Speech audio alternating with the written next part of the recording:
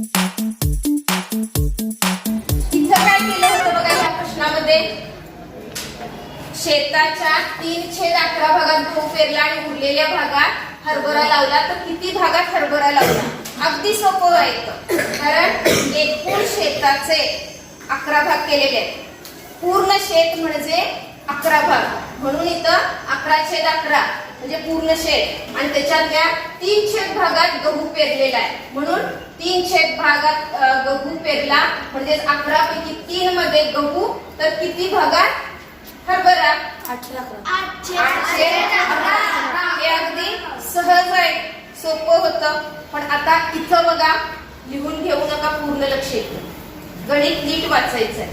सधूने शेताच्या 4/9 भागात मूग, 2/7 भागात बाजरी लावली. उरलेल्या 34 हेक्टर शेतात मका पेरला, तर त्याचे शेत किती हेक्टरचे होते? आता इथं पूर्ण शेत, शेत म्हणजे पूर्ण शेत म्हणतोय आपण, सगळे केलेले भाग. मग इथं बघा, शेताच्या 4/9 भागात मूग आणि 2/7 भागात बाजरी, शेत समान आहे? शेत समान आहे काय? ही शेत समानच नाही, आणि त्यामुळं बघा भिन्न छेद आहे. छेद समान करून काय करायला पाहिजे? अगदी बरोबर. बघा, मूग एवढ्या भागात लावलंय, बाजरी एवढ्या भागात लावलंय, आणि उरलेल्या भागात लावलेला आहे मक्का. मग आता मला सांगा, ते भाग आपण पहिला काढून घेऊया. तुझं लक्ष काय इकडं, समोर लक्ष द्या जरा. बघा, 4/9 अधिक 2/7 बरोबर काय? कसं करायचं? हा छेद समान करताना काय करायचं असतंय? तिरकस काय करायचं? 28 आणि 9 दुने आणि 63 बरोबर. किती आलं रे? 30 आणि 18 किती आलं? 46 आलं.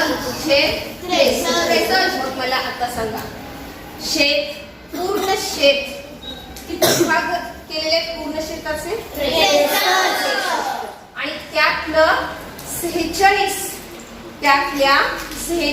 भागामध्ये काय लावलेलं आहे? मूग आणि बाजरी मिळून, एवढं दोन्ही मिळून एवढ्यात लावले. उरलेल्या 34 हेक्टर शेतात मका पेरलेला आहे. आता मला सांगायचं, वजा 34 63 हेक्टर, आणि हे बघा कशामध्ये आहे. मगाशी मी सांगितलेलं, मांडणी करून घ्यायचं, समीकरण मांडायचं आणि त्याच्याप्रमाणे करायचं आहे. पूर्ण शेत म्हणजे 63, आणि त्यातलं 46 भागामध्ये लावलेला आहे. म्हणजे किती भागात त्यानं मका पेरला असेल सांगा मला? काय करायला लागणार? 63 पैकी 46 भागात मूग आणि हे लावलंय, मग मका किती भागात?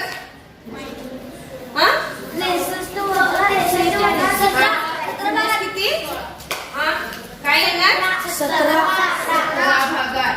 बघा, 63 मधून 46 भाग गेले, आणि मग किती भाग उरले? 17 भाग. बघा, आपण इथं सरळ गणितच करूया. 63 पूर्ण शेत म्हणजे 63, आणि वजा त्यातनं 46 म्हणजे किती आलं? किती भागात मका पेरलेला आहे? 17 भागात. मग आता मला सांगा, 17 भाग म्हणजे किती? 34 आलं. 17 भाग म्हणजे किती हेक्टर आलं? 34 हेक्टर.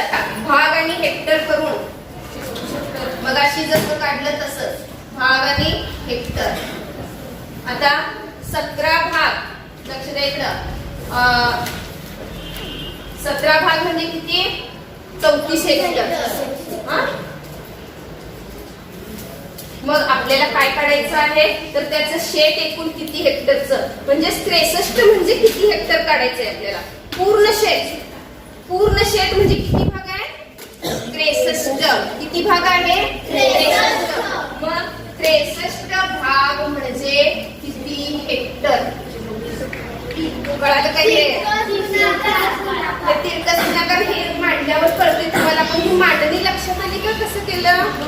17 भाग म्हणजे 34 हेक्टर. मग पूर्ण शेत म्हणजे किती हेक्टर? पूर्ण शेत म्हणजे 63 भाग आहे. मग याचं काय करायचं आता?